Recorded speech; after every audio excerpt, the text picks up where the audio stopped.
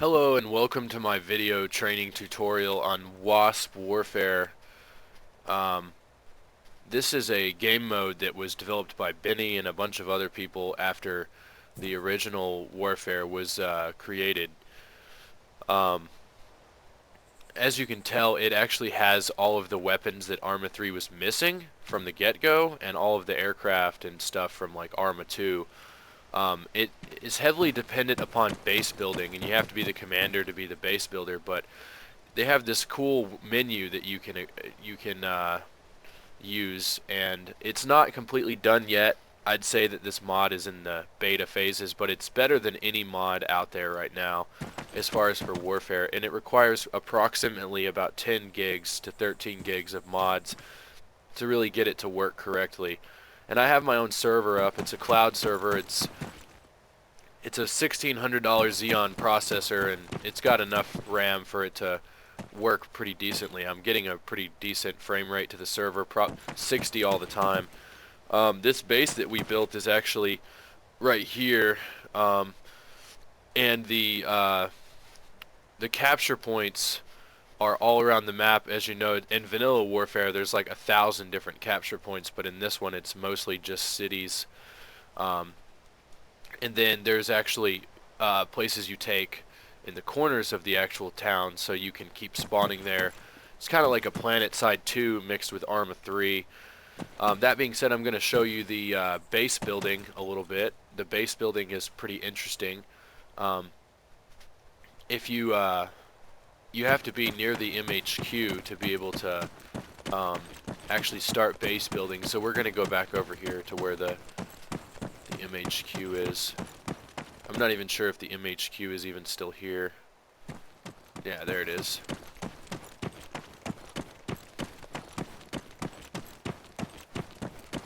You have to be near the MHQ to build the base. Okay, so here we go right here. Build base. Now, in regular warfare, you actually have to place the objects with your person, but in this mode, it's actually going a lot farther than that, where it gives you a three-dimensional way to really look around your field of base and from a bird's eye view, and ultimately you can place your different service points, and there's no engineers, so you don't actually have to pay for engineers. The buildings just kind of build themselves, so you can still build defenses and walls. You can take the MHQ somewhere else and build up to 3 bases. Generally, you can change that in the actual server modifications. But as you can tell, that this right here that we're looking at is actually the service point, which is why the aircraft are parked in front of it. This is the actual hangar. Please keep in mind that every time you build a unit, or it has a field around it so that it can get stuck. So you've actually got the ability to push the units from your person, which is kind of nice. The base builder actually has night vision goggles. It doesn't work right now because it's not dark, but if it is dark, you can build your base in the dark. It builds sandbags around all the actual placeable bases, and I'm going to give you an example real quick of what it looks like when you actually place an object. So I'm going to put a main building and a barracks. Now this barracks is a lot bigger than the average barracks, and it will also place a substantial amount of sandbags around it, so keep that in mind when you build it. It will build sandbags around it, so it'll be a little hard to get your vehicles away from it or your units away from it if it's way too close together. There's multiple versions of this warfare available for different maps, even maps in the all-in Arma terrain pack, which is kind of nice.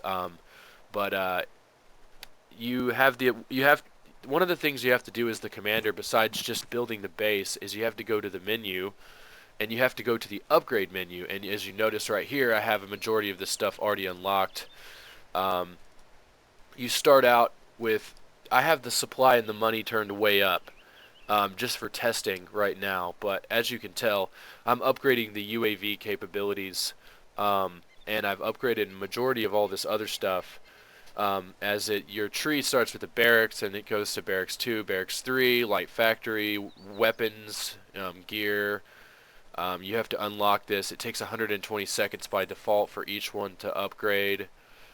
And this is critical because if you don't have any of this stuff unlocked, you basically won't be able to do any damage, and your base will get raped quickly. That's pretty much how this mod works. It works a lot better. The service menu is kind of nice. When you actually pull your vehicles up to the service, you can actually change the loadout on the vehicles themselves, and there's multiple different loadouts. I'm going to give you the A10 here, for example, and none of these mods are in the base game. All of this stuff has been pushed from RHS, which is a mod you'll have to download. Currently it's at 0.3.8, so if you're going to get the mod, you can join our TeamSpeak server and get the links to the mods, or you can you know, download them from Armaholic. But as you can notice, you can lock the vehicles so nobody can steal them. They have GPS targeting. You can set all kinds of stuff. You've also got the ability to go to the menu here and click on the service menu, and you can click your A10 here and go to loadout. And as you can tell, there's multiple different loadouts available for CAS and bombing runs, etc. You can change those to however you like. Another huge thing that I wanted to show you in this is the gear selection, which anybody that's standing near the barracks, regardless of whether or not you're the commander or not, is allowed to get gear. So you can go to, you have to be near the barracks, and the barracks is over here, so we're going to have to go over here until we're in range of the barracks to be able to actually pull up the gear. Still can't get to it, so general rule of thumb is just to go back near the, you have to be in the field of the barracks. So if you, we made this little thing right here, if you stand in here, you should be able to get to the gear. Here we go, here's the gear. So you've got all of these weapons available once you have gear 3 unlocked. There is Russian and American weapons, and there's tons of them. There's a lot of, you can change, you know, ultimately what's available. You've got a lot of packs. You've got multiple different packs here. Carry-alls and stuff that you can put on. There's a lot of different ammos, grenades, etc. Bunch of different weapons, but it's mostly the American weapons from right now. It doesn't have any of the actual base content in this. It's strictly RHS. You can go back to the menu and you can buy units, and this is where it gets interesting. There's a logistics center, and you can actually pick stuff up with the CH-47 and move it, which is great. You can move Rex. You've got all these different aircraft available to you. You can spawn them with a player and a gunner, or you can leave that off. Ultimately, you'll want to uncheck this lock button on some of the bigger aircraft because you won't be able to get into them if you don't. The F-22, the F-16, the A-10. This Spooky actually has a, I'm going to build one right now just to show you. The Spooky actually has a large gun on the side. It's great for artillery attacks. You can build men that will join you, and you can add them. You can have a full-out war. I have it currently set to 100 people can spawn in your squad per player, so you can have literally 1,000 versus 1,000 fights. That being said, you can also spawn the C-17 Globemaster, which I wouldn't recommend on this map, strictly just because it's the runway that we're at is not big enough for it to take off. But ultimately, you could see yourself having a squad or a platoon of probably 100 men that would jump out of the fucking plane when you got to the actual firefight, which is pretty badass if you have a lot of players in the server.